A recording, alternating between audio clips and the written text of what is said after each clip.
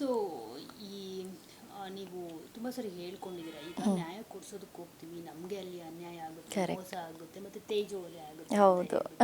So ನಿಮ್ಗೆ ಏನಾದರೂ ಆ ಥರದ್ದು ಏನಾದರೂ ಎಕ್ಸ್ಪೀರಿಯನ್ಸ್ ಇದೆಯಾ ಮ್ಯಾಮ್? ಎಸ್ ಮೇಡಮ್, ತುಂಬ ಸಲ ಆಗುತ್ತೆ. ತುಂಬ ಅನುಭವಗಳು, ನಾನು ಹೇಳಿದ್ನಲ್ಲ, ನನ್ನ ಲೈಫಲ್ಲೂ ನಂಗೆ ತುಂಬ ಅನುಭವಗಳಾಗಿದೆ. ಇವತ್ತು ಅಶ್ವಿನಿ ಗೌಡ ಎಲ್ಲರ ಮುಂದೆ ತುಂಬ ಜನ ನನ್ನನ್ನು ಕೇಳ್ತಾರೆ, ಮೇಡಮ್ ನೀವು ಯಾವಾಗಲೂ ನೀವು ಹಾಗೆ ಆವಾಗಲೇ ಹೇಳಿದ್ರಿ, ನೀವು ನಗ್ನಗ್ತಾ ಇರ್ತೀರ ಯಾವಾಗಲೂ ಹಸನ್ಮುಖಿ ಅಂತ. ಅದು ಖಂಡಿತ ನಿಜ. ಆದರೆ ನನ್ನ ಒಳಗಿರುವಂಥ ನೋವು, ನನ್ನ ಒಳಗಿರುವಂತಹ ಒಂದಷ್ಟು ವಿಚಾರಗಳು ನನಗೆ ಮಾತ್ರ ಗೊತ್ತಿರುತ್ತೆ. ಈ ನಾವದೆಲ್ಲ ಫೇಸ್ ಮಾಡಿರೋದಕ್ಕೆ ಮೇಡಮ್ ಇವತ್ತು ನಾವು ಒಂದು ಗಟ್ಟಿಯಾಗಿ ಹೊರಗಡೆ ಬರೋದಕ್ಕೆ ಸಾಧ್ಯ. ಮಾಧ್ಯಮದ ಮುಂದೆ ಆಗಲಿ ಅಥವಾ ಇನ್ನೊಬ್ಬ ಏನೋ ಸಿಂಪತಿಗೋಸ್ಕರ ನಾವು ನಮ್ಮ ವೈಯಕ್ತಿಕ ವಿಚಾರಗಳನ್ನ ಹೇಳ್ಕೊಳ್ಳೋದಾಗಲಿ ಅಥವಾ ಏನೋ ನಾವು ಫೇಸ್ ಮಾಡಿರೋದನ್ನ ಹೇಳ್ಕೊಳ್ಳೋದಾಗಲಿ, ಇವು ಯಾವುದು ಮಾಡೋಂಥ ಅವಶ್ಯಕತೆ ಇಲ್ಲ. ಆದರೆ ನಮಗಾಗಿರುವಂಥದ್ದು ಇರುತ್ತಲ್ವ, ಅವೆಲ್ಲ ಆಗಿ ಆಗಿ ಆಗಿ ಆಗಿ ನಮ್ಗೆ ಇವತ್ತೊಂದು ಸ್ಟ್ರಾಂಗಾಗಿ ಹೊರಗಡೆ ಬರೋದಕ್ಕೆ ನಮ್ಮ ಇದರಲ್ಲಿ ಆಗಿರುವಂಥದ್ದೇ ಕಾರಣ ಅಂತ ನನಗನ್ಸುತ್ತೆ. But it is not easy. ನನ್ನ ಲೈಫು ಏನು ನನಗೇನು ತುಂಬ ಈಸಿಯಾಗಿರಲಿಲ್ಲ. ಎಲ್ಲರಿಗೂ ಹೊರಗಡೆಯಿಂದ ನೋಡಿದಾಗ ಏನಪ್ಪ ಇವರು ಒಳ್ಳೆ ಮನೇಲಿದ್ದಾರೆ, ಒಳ್ಳೆ ಬಟ್ಟೆ ಹಾಕ್ತಾರೆ, ಒಳ್ಳೆ ಗಾಡೀಲಿ ಓಡಾಡ್ತಾರೆ, ಇವ್ರಿಗೇನು ಐಷಾರಾಮಿ ಜೀವನ ಇದೆಲ್ಲ ಹೇಳ್ತಾರೆ. ಆದರೆ ನಮಗೆ ಒಂದು ಇನ್ನೋಸೆನ್ಸ್ ಇರುತ್ತೆ. ಯಾಕಂದರೆ ನಮಗೆ ಕಷ್ಟ ಗೊತ್ತಿರಲ್ಲ, ಹೊರಗಡೆ ಪ್ರಪಂಚ ಗೊತ್ತಿಲ್ಲ, ಹೊರಗಡೆ ಎಷ್ಟು ಕೆಟ್ಟ ಜನ ಇದ್ದಾರೆ ಅಂತ ಗೊತ್ತಿಲ್ಲ. ಜನ ಇದ್ದಾರೆ, ಇಲ್ಲ ಅಂತ ನಾನು ಹೇಳಲ್ಲ. ಒಳ್ಳೆಯವ್ರು ಎಷ್ಟಿದ್ದಾರೋ ಕೆಟ್ಟವರು ಅಷ್ಟೇ ಇದ್ದಾರೆ. ದೇವರ ರೂಪದಲ್ಲಿ ಮನುಷ್ಯ ಬರ್ತಾನೆ, ಕೈ ಹಿಡಿತಾನೆ ನಿಜ. ಆದರೆ ದೇವ್ರ ರೂಪದಲ್ಲೇ ರಾಕ್ಷಸರು ಬರುವಂಥದ್ದು ಅಷ್ಟೇ ಸತ್ಯ. ಸೊ ನಮ್ಮ ಲೈಫಲ್ಲೂ ಕೂಡ ಒಂದಷ್ಟು ಜನ ಬಂದಿರ್ತಾರೆ, ಎಡವಿರ್ತೀವಿ, ಬುದ್ಧಿ ಕಲ್ತಿರ್ತೀವಿ, ಪಾಠ ಕಲಿಸಿ ಹೋಗಿರ್ತಾರೆ. ಇವೆಲ್ಲ ನಾವು ಮರೆಯೋದಕ್ಕಾಗಲ್ಲ. ಬಟ್ ಗೊತ್ತಿಲ್ಲದೆ ಆಗಿರುತ್ತೆ. ನಾವು ಎಡವಿದ ಮೇಲೆ ಮತ್ತೆ ಎದ್ದು ನಿಂತ್ಕೊಳ್ಳೇಬೇಕು. We have to bounce back. ನಾವು ಬೌನ್ಸ್ ಬ್ಯಾಕ್ ಆಗಿಲ್ಲ ಅಂದರೆ ತುಂಬ ಕಷ್ಟ. ಅದರಿಂದ ಸಫರ್ ಆಗುವಂಥದ್ದು ನಮ್ಮ ಕುಟುಂಬ, ನಮ್ಮ ಮಕ್ಕಳು, ನಮ್ಮ ತಂದೆ ತಾಯಿ. ಹೊರಗಿಂದ ಬರೋವಂಥವ್ರು ಒಂದಿನ ಬರ್ಬೋದು, 2 ದಿನ ಬಂದು ನಮ್ಮ ಯೋಗಕ್ಷೇಮ ಕೇಳ್ಬೋದು. ಬಟ್ ಎಲ್ಲವೂ ಕೂಡ ನಾವು ಮನಸ್ಸಲ್ಲಿ ಇಟ್ಕೊಂಡೇ ಹೋರಾಟಕ್ಕೆ ಹೋಗಬೇಕಾಗತ್ತೆ. ಸೊ ಮನೇಲಿರೋರ್ನು ನಾವು ಅಷ್ಟೇ ಪ್ರಿಪೇರ್ ಮಾಡಬೇಕಾಗತ್ತೆ. ನಾನು ಹೋರಾಟಕ್ಕೆ ಹೋಗ್ತಾ ಇದ್ದೀನಿ, ಇದು ನನ್ನ ಆಯ್ಕೆ. ನನಗೇನಾದರೂ ಆಯಿತು, ನನಗೇನಾದರೂ ಆದರೆ ನೀವು ಈ ಥರ ಪ್ರಿಪೇರ್ ಆಗಬೇಕು ಅಂತ ನಾವು ಮನೇಲಿರೋರ್ಗೂ ಪ್ರಿಪೇರ್ ಮಾಡಬೇಕು. ಅದು ತುಂಬ ಇಂಪಾರ್ಟೆಂಟ್. ಈಗ ನಮಗೂ ಕುಟುಂಬದವ್ರು ಇರ್ತಾರೆ, ವಯಸ್ಸಾಗಿರೋ ತಂದೆ ತಾಯಿ ಇರ್ತಾರೆ, ಮಕ್ಕಳಿರ್ತಾರೆ.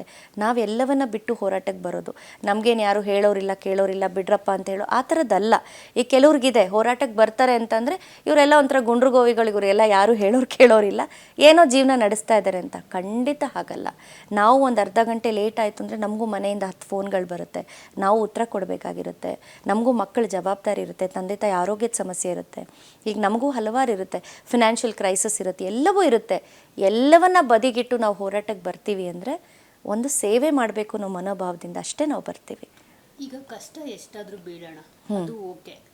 ಸೊ ಈ ಜನರು ಮಾತುಗಳಿರುತ್ತಲ್ಲ, ಅದನ್ನ ಕೇಳೋದಕ್ಕಾಗಲ್ಲ. ಈ ಥರ ಹೋರಾಟಗಾರ್ತಿಯಾಗಿ ಹೌದು ಎಲ್ಲ ಗುರುತಿಸ್ಕೊಂಡಾಗ, ಜೊತೆಗೆ ನೀವು ಸೆಲೆಬ್ರಿಟಿ ಬೇರೆ, ಕಲಾವಿದೆ. ಸೊ ಹಂಗಿದ್ದಾಗ ಜನ ಬೇಗ ಬಿಟ್ಟು ಮಾತಾಡ್ತಾರೆ.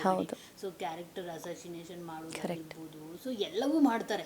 ಎಲ್ಲ ಹೆಣ್ಮಕ್ಳು ಫೇಸ್ ಮಾಡುವಂಥದ್ದೇ ಇದು. ಸೊ ಅದ್ರ ಬಗ್ಗೆ ಹೇಳೋದಾದ್ರೆ ಆ ಮಾತುಗಳು ಕೇಳಿದಾಗ ನಿಮ್ಗೆ ಎಷ್ಟು ಬೇಜಾರಾಗುತ್ತೆ ಅಂತ? ಇಲ್ಲ, ತುಂಬ ಬೇಜಾರಾಗುತ್ತೆ ಮೇಡಮ್. ಯಾರು ಏನು ನನಗೇನು ಅಶ್ವಿನಿ ಗೌಡ ಅಂದ ತಕ್ಷಣ ಯಾರು ಏನು ನನಗೇನು ಕಿರೀಟ ಕೊಟ್ಟು ಪ್ರಶಸ್ತಿ ಕೊಟ್ಟಿರೋದು ಏನೂ ಇಲ್ಲ ಮೇಡಮ್. ಅವಮಾನಗಳೇ ಜಾಸ್ತಿ ಆಗಿರೋವಂಥದ್ದು ನಮಗೆ. ಈಗ ನಾನು ನೋಡ್ತೀನಲ್ಲ, ದಿನನಿತ್ಯದ ನಮ್ಮ ಹಾದಿಯಲ್ಲಿ ಕಾಲೆಳೆಯುವಂಥವ್ರು ತುಂಬ ಜನ ಇರ್ತಾರೆ, ಮತ್ತು ಕೆಟ್ಟದಾಗ ಮಾತಾಡುವಂಥದ್ದು. ಈಗ ಒಬ್ಬ ವ್ಯಕ್ತಿ, ಆ ವ್ಯಕ್ತಿ ಬಗ್ಗೆ ಏನೂ ಗೊತ್ತಿರೋದಿಲ್ಲ, ಏನಂದರೆ ಏನೂ ಗೊತ್ತಿರೋದಿಲ್ಲ. ಅವ್ರ ಹೋರಾಟ ಏನು ಮಾಡ್ತಾರೆ ಅಥವಾ ವ್ಯಕ್ತಿ ಏನು, ಆ ವ್ಯಕ್ತಿಗತವಾಗಿ ಏನಾಗಿದೆ ಎಂಥದ್ದು ಗೊತ್ತಿರಲ್ಲ. ಬಟ್ ಮಾತಾಡಲೇಬೇಕು, ಒಟ್ಟಿನಲ್ಲಿ ಏನೋ ಒಂದು ಮಾತಾಡಬೇಕು. ಬಟ್ ಮೇಯ್ನ್ ಹೆಣ್ಣು ಮಕ್ಕಳಿಗೆ ಮಾತಾಡುವಂಥದ್ದು ಅವರ ಕ್ಯಾರೆಕ್ಟ್ರ್ ಬಗ್ಗೆ.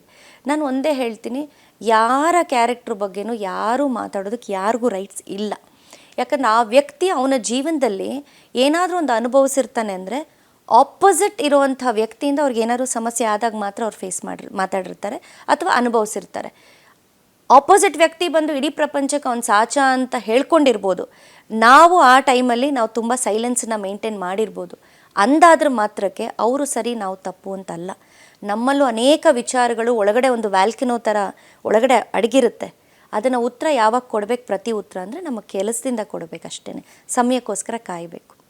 ಸೊ ಕಲಾವಿದರ ಮೇಲೆ ಕಾಂಟ್ರವರ್ಸಿಗಳು ಕಾಮನ್.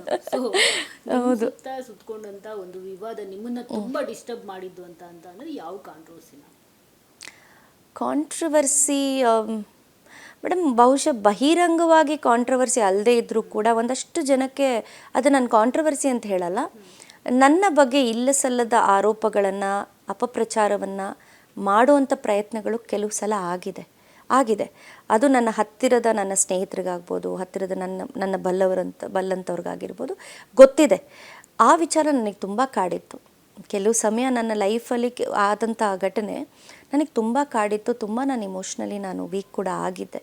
ಯಾಕೆಂತಂದರೆ ನಮ್ಮ ಲೈಫಲ್ಲಿ ನಾವು ಕೆಟ್ಟ ನಿರ್ಧಾರಗಳನ್ನ ತಗೊಂಡಾಗ, ಕೆಟ್ಟ ಆಯ್ಕೆಗಳನ್ನು ಮಾಡಿಕೊಂಡಾಗ, ಅದು ನನ್ನ ವೈಯಕ್ತಿಕ ಇದು. ಆದರೆ ಜನ ಏನೂ ಗೊತ್ತಿಲ್ಲದೆ ಯಾರೋ ಬಂದು ಸಿಂಪತಿ ತೊಗೊಳ್ತಾರೆ ಅಂದಾಗ ಕೆಲವು ವ್ಯಕ್ತಿಗಳ ಜೊತೆಗೆ ನಿಂತು ನನ್ನನ್ನು ತೇಜಾವಧಿ ಮಾಡಿದಂಥ ಆ ಸಂದರ್ಭ ನನಗೆ ತುಂಬ ಮನಸ್ಸಿಗೆ ನೋವಾದಂಥದ್ದು. ಬಟ್ ಎಲ್ಲೂ ನಾನು ಪ್ರಪಂಚಕ್ಕೆ ಅಶ್ವಿನಿ ಗೌಡ ಇದು ಅಂತ ನಾನು ಎಲ್ಲೂ ಉತ್ತರ ಕೊಡೋದಕ್ಕೆ ಹೋಗಲಿಲ್ಲ.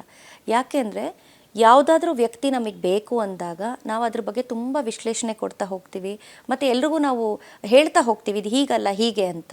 ಕೆಲವು ವ್ಯಕ್ತಿಗಳೇ ನಮ್ಗೆ ಅವಶ್ಯಕತೆ ಇಲ್ಲ, ಅವ್ರು ಬೇಡವೇ ಬೇಡ ಅಂದಾಗ ಆ ವ್ಯಕ್ತಿಗಳು ಏನಾದರೂ ಮಾತಾಡ್ಕೊಂಡು ಹೋಗಲಿ ಅಂತ ಫಸ್ಟ್ ಇಗ್ನೋರ್ ಮಾಡೋದನ್ನು ನಾವು ಕಲಿಬೇಕು. ಆ ವ್ಯಕ್ತಿತ್ವವನ್ನು ನಾನು ಇಟ್ಕೊಳ್ತಾ ಮುಂದೆ ಹೋದೆ. ಇವತ್ತು ಅನೇಕ ಜನ ಹೇಳ್ತಾರೆ, ಇಲ್ಲ ನಮ್ಗೆ ಅವತ್ತು ಗೊತ್ತಿರಲಿಲ್ಲ, ನಮ್ಗೆ ಈ ಥರ ಆಗಿತ್ತು, ನಮ್ಗೆ ಆ ಥರ ಆಗಿತ್ತು ಅಂತ. But that's okay. ಅದು ಒಂದು ಪಾಠ ನನಗೆ ನನ್ನ ಲೈಫಲ್ಲಿ. ಮತ್ತೆ ಎಡವಬಾರ್ದು ಅಂತ ನನಗೆ, ಮತ್ತು ಕೆಲವು ವ್ಯಕ್ತಿಗಳನ್ನ ನಂಬಾರ್ದು ಅಂತ ಪಾಠ ಕಲಿಸಿತ್ತು. ಅದು ನಾನು ಪಾಲಿಸ್ತೀನಿ ಇವತ್ತಿಗೂ.